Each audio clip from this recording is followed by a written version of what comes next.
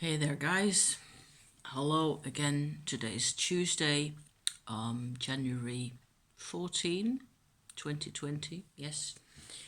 And I said yesterday in my vlog that I wanted to go into our womb twin survivor experiences again because there's been a follow up on, a development that we had in December.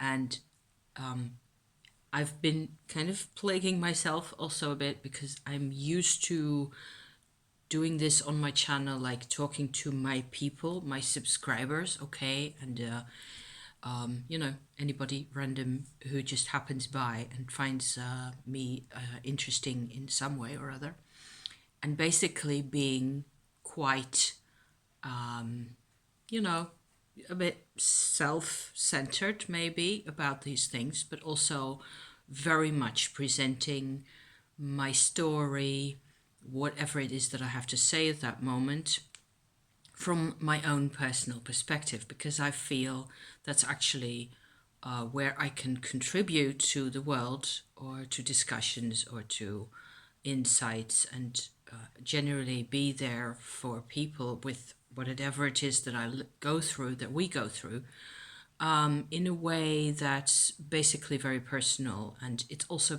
I'm doing my utmost to be, authentic, straightforward, tell it like it is, and still, be polite, be more or less, be a decent human being about this. But there's, so it's a bit of a challenge for me because I'm trying at this point to go into a slightly more overview type of a perspective. So it's taking a few steps back from the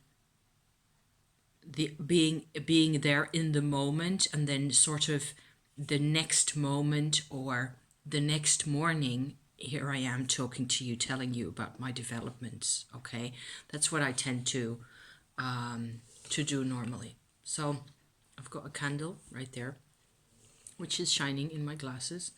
I'm trying to position it in such a way that it doesn't shine in my glasses the whole time. So yeah, but I do want a bit more light because, the Netherlands, and it's not so dark today, but it's still very much a winter's day.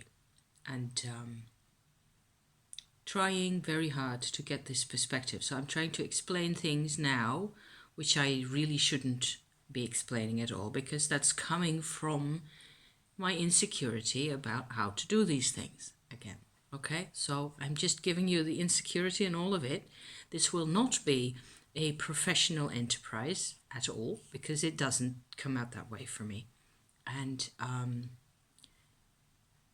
I used to do presentations about things, about subjects, a long time ago, and I can do the talking, but I cannot do the way the brain needs to work for those types of things, rationalistic or unemotional types of talks. I can't do that anymore. I find out. So that's kind of creepy and weird in itself. So let me just go to our subject here, okay? Because what I want to tell you, basically, I am going to try and make a summary of our experiences, my husband and I, in connection with this womb twin survivor story by itself, separately from a lot of other things that I talk about on my channel, and potentially, because I'm part of a Facebook group in the Netherlands that is specifically for womb twin survivors. I have posted my story as I had it yesterday evening in like this, Facebook message panel type format. So quite short. I actually made quite a long story of it, but I think I just said the bare essentials there. I want to be able to tell those people in more detail what happened, anybody else who's interested. So that's why I'm doing this, okay? I just want to go broader from the single experience that I already went into in my video of was it the 23rd? Yes, I already said that, of December, where something had come up quite recently, but there it's just like put into a vlog with a lot of other things, and it's a bit harder to find. This one, lengthy introduction, I'm sorry about that, but this is a bit of a new approach for me. So hence the, ways of putting this for myself. It's been the influence of the womb twin survivor story on our lives has been huge in the positive. And the more time passes, the more I realize that actually it was the right time in 2017, early 2017, that I basically was going to do a little newspaper that I just used to make for a group in a town close by here at the time. And they called me up and they said, look, we've got this person who's into this womb twin survivor business. Can you go and interview them and put the story in your newspaper?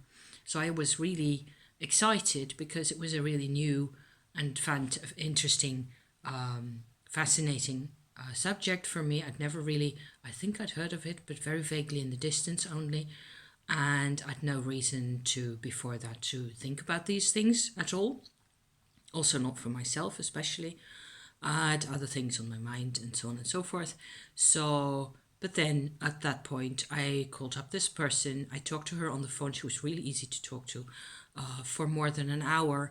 And because she lived in another town, and it was hard for both of us to, meet up physically. So we just did the kind of an interview over the phone. And I took a lot of notes and I processed those into my newspaper article of that moment. That's how I, in 2017, came into touch with this concept of it, that it's possible for a child to be born as part of a set, if you like, of two or more children, but the other children aren't there, and not physically anyway. And then there being a whole series of characteristics and traits. That's something that you can actually look up online quite easily, for that sort of determine how that person gets to live, how they get to grow.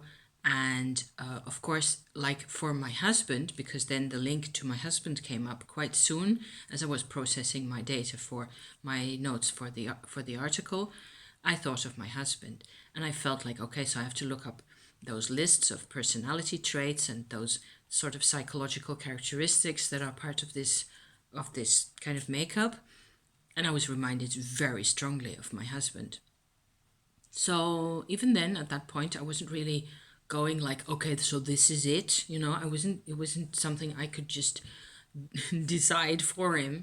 I just had to give him the info and let him look at it, and then see what happened. And then after that, when you could actually see in our conversations what happened to him, there have been a number of instances where we try to talk to other people about this, and there's quite a bit of a barrier still at this moment in 2020, so 3 years later, really. There, for a lot of people, this stuff is just way too creepy and way too hard to deal with. So there were a few moments where I, for example, even just between us, I would talk about his mother all of a sudden, and he would get really angry. Only my husband is a person who doesn't really show anger in any way. It doesn't come out, but I can feel it. So that was 2017. There were quite a number of instances like that, and it was so obvious that, like, engaging in this, I keep calling it a story, or this pattern, if you like, of the womb twin survivor situation. Engaging in that meant opening Pandora's box. It was like afterwards everything was different, and we were confronted, we were challenged on a regular basis, even between us, where we have a really good, we've got a really good marriage, we've got a really good relationship. I have had to step up and do healing work, engage on all sorts of levels, which is good. I mean, I'm all for that, it's good practice in all sorts of ways, and I'm learning every step of the way. But it's been quite hard. So I'm here also to go into that. I want to describe, maybe in this video, I will just do the introducing of the general, gist of how this has all gone. And just as I tend to normally do that, just present things as they come into my mind, one after the other, and then sort of, make that available for whoever is watching this, because I don't want to do the sort of a formal professional type. I'm not a professional healer at all. Only in this context, I have been called upon to stand ground in ways that I wouldn't have thought I could do, So there's that already. It's been quite a bit of pressure. So there's that. If people are married to womb twin survivors and don't know how to deal with this, oh boy, I understand you. Because basically it is only because I myself have been on this immense roller coaster ride of an integration process in my own life that I manage it all. And I need every bit of heart, every bit of brain, and every bit of body that I have, to be ready and working order. And I need to be my own policeman. I need to see what's going on. I need to distinguish between energies. It's quite a job, quite a bit of a job. And the moment I postpone things, or it's not like I'm constantly, not anymore, but in 2017 it was hard because I had no idea basically what was going on. So let me go back to that, okay? Because in sort of chronological order then, there was anger came out from my husband who was basically thrown off the deep end, really. It was like, I suppose to some extent it felt like shipwreck in a way. It was, he was really at a loss how to integrate emotions that came up that were like way too big to deal with, you couldn't even, to that extent, it's like being shipwrecked or being on a raft on the ocean, and there's all this immensity passing through your consciousness. So that's by itself is quite a bit of a challenge. And then there is one particular instance that I want to go into. So I'm not going to go into his he had a stomach operation in that same year. I believe that the issue of the of what the operation was about, I've gone into that a couple of times in my videos already. I believe that's linked to this womb twin survivor issue, but I'm not going to go into that at this point because I've described that quite a number of times already, and I don't think it's necessarily, I mean, it was stressful and it was exciting and it ended really well, so there was that. I want this video to be about the psychological patterns and the events and the moments and everything that had to do with the womb twin survivor situation by itself in terms of emotion and vibration. Okay, so that's why what I'm trying to do here. I have been for quite a long time, I think, very sensitive to fields of vibrations. You could say that I can see auras and angels and things like that. Things of a different level, of different dimensions. Except it doesn't really work that way for me. I tend to be rather on the pragmatic side, and I don't really engage with vibrations on another level all the time. I tend to think about what's for dinner, those types of things. However, in the couple of years before 2017, I had become aware of my own soul dimension, where I have a particular way of looking at that, and it's like I am aware to a certain extent of my soul as being a way larger and way stronger and way more consistent. Yes, I'm looking for the word here. Level of being, that what you see of me here or what I see of myself here, it belongs to that, but it's only like a part of it, and I'm quite strongly connected to it, but it's what you can do in the body as a person, as a human, so to speak, is in a way quite limited. And then again, the soul has experience. This is relevant to the womb twin. It's coming, I promise. What happens to people during their lifetimes, plural, is in the end communicated to their soul dimension in some way or other, and they then can come back, and things can happen between the soul dimension and the incarnation here. That's the way I've looked at it. I've learned to look at it. So this was the sort of intel that I came with to the womb twin survivor situation at that moment in the summer of 2017. I felt like, okay, so here's somebody who's in the throes of misery from the lack of connection with this other person, this sibling, who would have been there in the body. And so I thought about that quite a lot. And what came to me was the notion that the brother, in this case, the connection is that strong, cannot be replaced by anything else, by anybody else, which is very recognizable to anybody in the womb twin survivor situation. You cannot have the relationship, even though you look for it all over the world.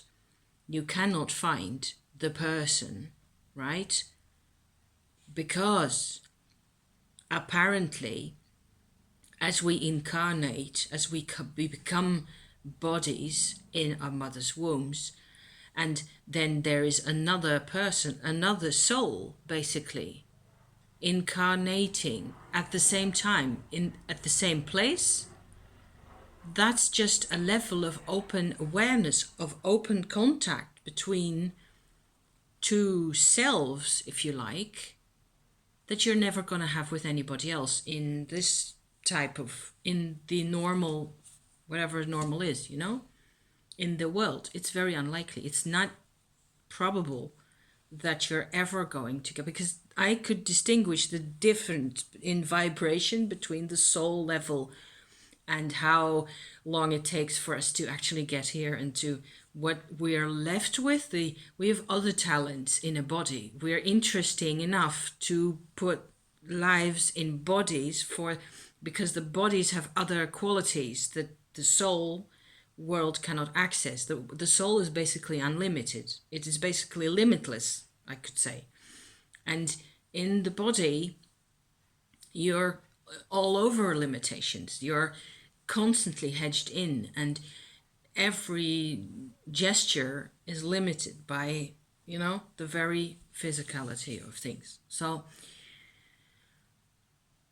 I was aware, I could see this person, my husband that I love so much, in the throes of pain, in the impossibility of surviving this pain. It was hard. It was hard for me to see we were on our holiday in the hills in France at that point, and he was just in such pain from this loss. He was becoming more and more, he'd sort of circled during the whole of the springtime and early summer in himself, searching for this vibration of loss that he'd carried around with him all the time. So that was like phase 1 or phase 2, maybe. Phase 1 was getting to know the subject in the first place. Then phase 2 was coming into contact with this level of pain. And because I felt like, okay, so I'm not going to sit here and watch you suffer for days on end. I'd watched this process happening for a while, and he was like, he was running into a marble wall. Basically, he couldn't move beyond this pain, and he was looking for this identity, the self, if you like, of the other soul. And I could see that and feel that. And for me, and this is quite an emotional moment I'm noticing now, to talk about, I could see the self or the nature of his brother right by his side. The vibrational identity, I don't know what words to give to that. The self of his brother in soul form right next to him. And so I don't do this for a living, okay? I cannot do this for everybody, and I wouldn't. Maybe, I don't know, maybe it's my job on this planet. At least so far it's my job to talk about these things, okay? What I managed, because I care and because I could sort of establish a connection with the brother in because I can see the soul. I can see the real self right there. It was easy. Then all I had to do was kind of make a bridge between that one and my husband. So I did that. And don't ask me how, because I don't think I can explain that. It's like I go and sit in between them and connect with both hands. And I just step out of that. I'm just there as a connection. Possibly. Maybe that's what I do. I don't really know. I made them available to each other. I took away the idea or the barrier between them, I think, if I have to describe it. That's what happened. That day, my husband was like a piece of firework. He was incredibly emotional after this. He was bawling his eyes out after this connection had been established. And then the rest of the day we went into town to visit a museum that had great, beautiful late medieval paintings of, Christ and Mother Mary with children and gorgeous stuff, gorgeous oil paintings. And he was beside himself, which is very atypical if you know him. He's of Frisian descent. Those people have as much a stiff upper lip as you can imagine. He was beside himself. And I was like constantly vibrating with his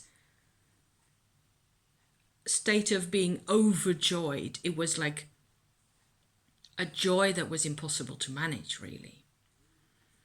So here I go in. I have to, ground this episode, ground the experience, talk about the things that I see happen, etc. Reel him back in, get his ass back from wherever he's all over, This was before the stomach operation.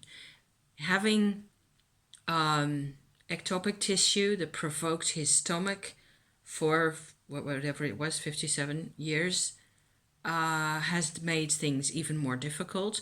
Managing stress, it has been even more difficult. It has been a really roller coaster of a time. Getting the stomach operation, and then after that, the healing process, making sure everything healed up properly, that went really well. From then on outwards, he's had a chance of managing his own ups and downs and his joy and sadness and all that.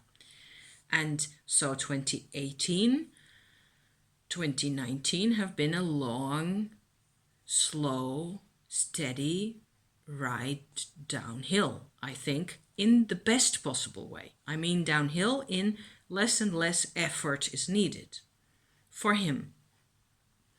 So I kind of thought, okay, we're cool. We're cool. He's got his connection. He's happy. He's writing poetry. He's done a lot of writing of poetry. He's even published a little book of poems last year in Dutch. So all that was going really well. He manages to do his own, have his mental frame for these things nowadays. That's what he uses the poetry for. He managed to find his language to express himself in his own way. So that works, okay? So that's fine. And then in December last year, we're into this next level of things. I have to have me some tea now. Hang on a second.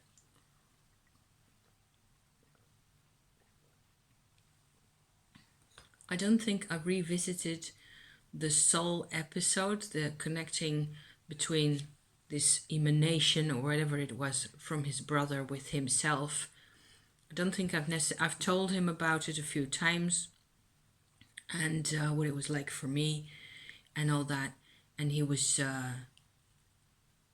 he's felt on a very basic level, in himself really, he's felt very reassured by the fact that so this brother isn't really gone. This person that I need isn't really gone. It's possible to reconnect with that person on all sorts of levels, and apparently it works because the level of expression that came out of him was this is not a dramatic person. This is not somebody who loves to dramatize, like I already said. So let's just not, okay? I'm just summarizing the things in my own way as best I can, okay? So other than a lot of poetry writing and a lot of, other types of work, and he's in accounting, so he's very busy always. So it was always necessary to just sort of squeeze the healing episodes in between whenever that was possible. And, time-wise and things like that. Attention span-wise as well. Sometimes it's been a bit of a challenge, but it's been easier. After, 18 and 19 were fine, really. So the other thing that's happened is that we don't really have a married life, if you know what I mean. I'm a bit hesitant to go into this.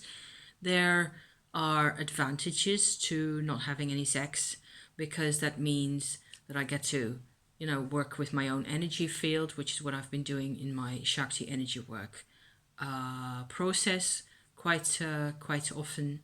And by now it's 2020 and I've worked for a whole year with my Shakti energy, the way I've gone into that on my channel as well in a lot of detail. That's part of the story. It's all part of the same story. However, we are very friendly. My husband and I are really physically very close, and we need each other, and we also need this in our lives. We need it to come back to us. We used to have a sex life when we were 30 years old, 30, 35. And then after that, life got complicated. There were a lot of responsibilities. A lot of it was very difficult to talk about. It was very difficult to share among us. And many people would have given up on each other or on themselves, during that time. And we didn't. We didn't give up. And we still find immense comfort by each other's side. We communicate rather well, I think, these days. He's got ways of talking and communicating that are very different from mine, but I can see how I have learned things from that. And I think he's learned things from me as well. So we meet very well in the middle, except on the underbelly level. So that's been quite a challenge. I know that's something that more people go through, especially after 30 odd years of marriage.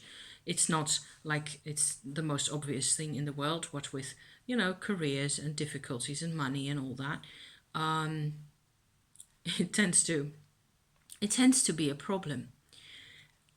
For me, I've had to look at this from the energy work, vibrational type of an angle, which is how I always, I always go about things like that. I always go and look, is there anything I can do on a vibrational level, on a healing level about this?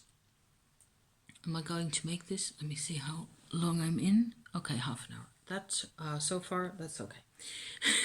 If you're still with me, I hope. If you're not with me anymore, bye-bye.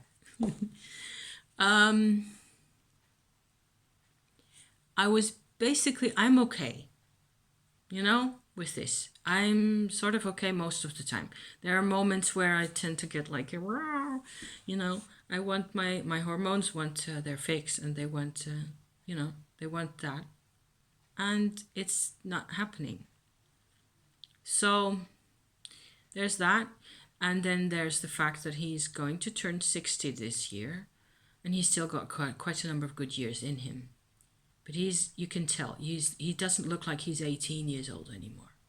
And so after some thought and some, looking at things, and especially from the Shakti and or Kundalini perspective, looking at what the energy does in his body, I sort of, because that's what I've been looking at for myself, I'd been, working with Kundalini, going upwards and trying to process this energy in my body wherever I felt the need, and all that's on my channel. That's where I ran into clearer and clearer the sense that his second chakra area, I'm not necessarily referring to any particular part of that, I'm just referring to the whole of above the first chakra, basically, and then into to navel level of your belly button, right there. That whole under half of his belly, right? It was like a whole, everything sort of frozen up. It was like nothing could go in, nothing could go out, obviously. And it wasn't very cold, I think. It didn't really feel like cold at that point. But I could feel, and this is what happened at the end of December, I could feel that there wasn't enough, like that. Not enough metabolism, not enough dynamics going on in there. And that's when I focused on that. Finally, after all this time, this is another healing episode that I'm going to describe for you.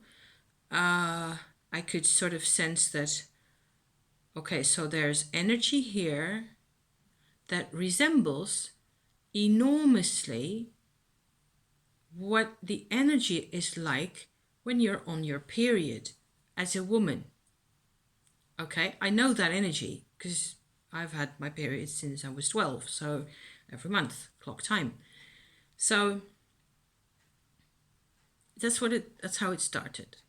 Like a sensation of, okay, so there's some kind of release happening here, and linking that up with the womb twin situation, the feeling opened up completely. And what you got was like a moment in time, actually, where for his mother, so their mother, I should really say, who was quite a frail and tiny woman, and who didn't have the physical resources to have twins, I think, or more, triplets or any of that.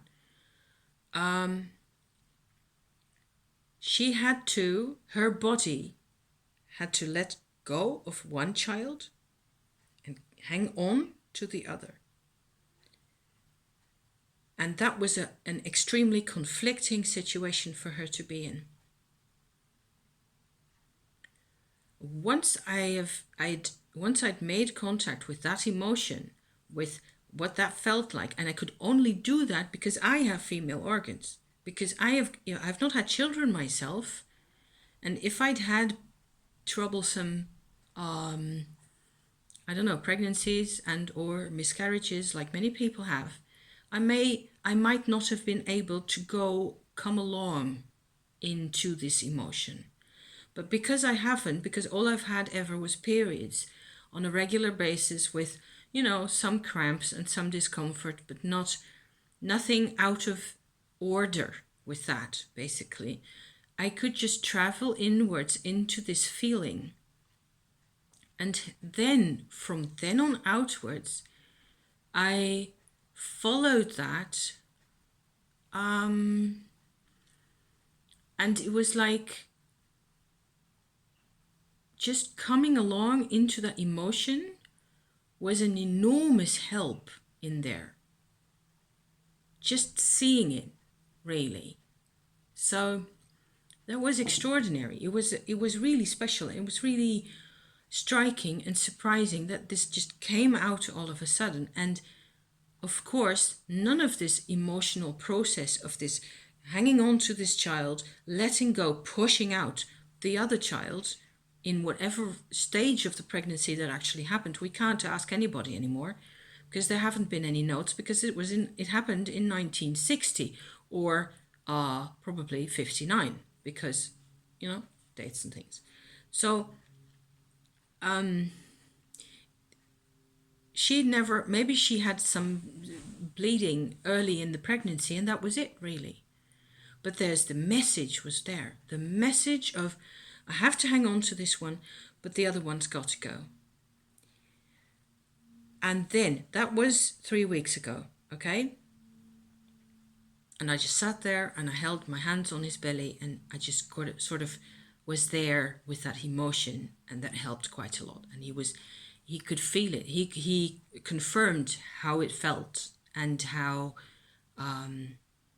he relaxed down there in all sorts of ways. So that was good. And from then on outwards, the next stage of the operation, which is why I'm really here, and which has led to this whole lengthy tale here, was that, and it's so hard to summarize in just a few sentences, my brain is aching, I tell you.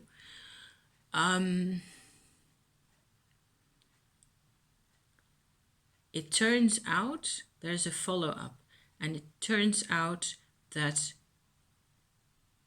this sense of loss of the brother has been with them, my husband and his mother, all of their lives. His mother has passed away now a few years ago, and before that she had Alzheimer's for a few years.